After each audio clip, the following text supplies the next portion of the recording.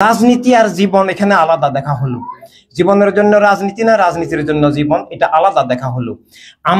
আমরা যে রাজনীতির কথা বললি এটা প্রচলিত রাজনীতি নয়, এটা ইমানের নীতি, এটা আল্লাহ হাবিবের প্রেমের নীতি, এটা কলেমার নীতি, এটা কারবালার নীতি। কারবালার নীতি আর জীবন যার আলাদা, তার মধ্যে ইমান নাই। সে আমাদের রাজনীতিটা প্রচলিত ক্ষমতার রাজনীতি নয়। হ্যাঁ, ক্ষমতা অবশ্যই অর্জন করতে হবে, ক্ষমতা বাতলের হাতে দেওয়া যাবে না। একটা পাগলের হাতেও কেউ দাঁশুরি দেয় না, ছোট বাচ্চার হাতেও দাঁশুরি দেয় না, কারণ সে তো কি না কি ব্যবহার করে। এভাবে দুনিয়ার যে ক্ষমতা, এটা রক্ষা করাই ইমানি ফরজ, এটা অর্জনের চেষ্টাই ইমানি ফরজ। এটা বাতিলের হাতে চলে গেলে বাতিল কুফর জুলুম কায়েম করবে, মাজার ভাঙবে, ইমানদারদেরকে হত্যা করবে, মানুষকে হত্যা করবে, সত্যকে উৎখাত করবে, মিথ্যাকে কায়েম করবে, শানের রাসূলতে বেয়াদবি করবে, যেটা ওয়াহাবি মওদুদি সালাফি শিয়ারা করছে, যেটা বিভিন্ন ধর্মের নামে অধর্ম জঙ্গিবাদীরা করছে, মুসলিম নামে ইসলামের নামের জঙ্গিবাদীরাও করছে, যেটা বস্তুবাদ করছে। ক্ষমতায় গিয়ে তারা কুফরি চেতনা কায়েম করছে, কুফরি শিক্ষা ব্যবস্থা কায়েম করছে, মানুষকে অমানুষ বানাচ্ছে। স্কুল কলেজ ইউনিভার্সিটি কোথাও গিয়ে সত্য মিথ্যা চেনার উপায় নাই, ভালো মন্দ চেনার উপায় নাই, আমি মানুষ না কোন শ্রেণীর জীব তা বোঝার উপায়ও নাই। যেটা শিখাচ্ছে স্কুলে মাদ্রাসা যদি শিখাতো, যে বলো, একটা শিশুকে যদি শিখাতো, বলো আই এম এ ডগ, আমি একটা কুকুর, এটা অনেক ভালো ছিল। এখন যেটা শিখায় আমি বস্তুবাদী, আমি বাংলা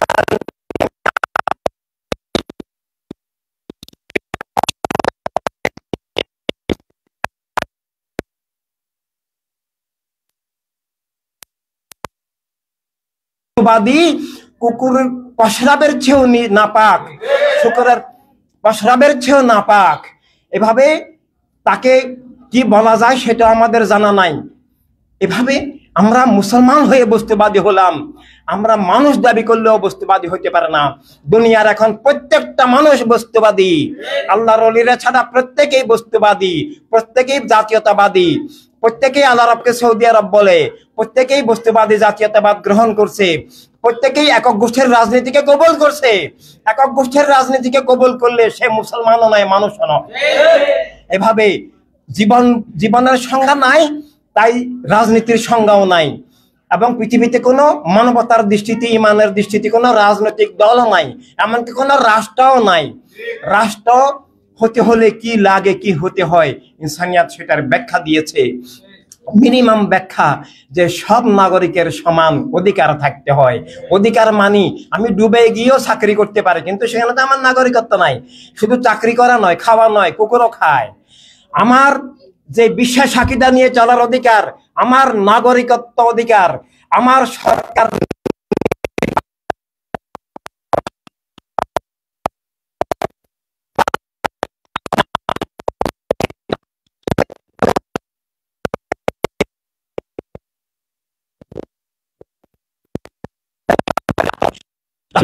রাহমাতুল্লিল আলামিন সাল্লাল্লাহু আলাইহি সাল্লামের রহমতের যে জগৎ, সব মানুষের সমান অধিকারের, ইজ্জতের, নিরাপত্তার, সবার বিশ্বাস আকিদা নিয়ে চলার, সবার রুটি রুজি পাওয়ার, রাষ্ট্রের হক সবাই পাওয়ার, রাষ্ট্রীয় কর্তৃত্বে সবার অংশীদারিত্বের যে সমান অধিকারের রাষ্ট্র থাকতে হবে।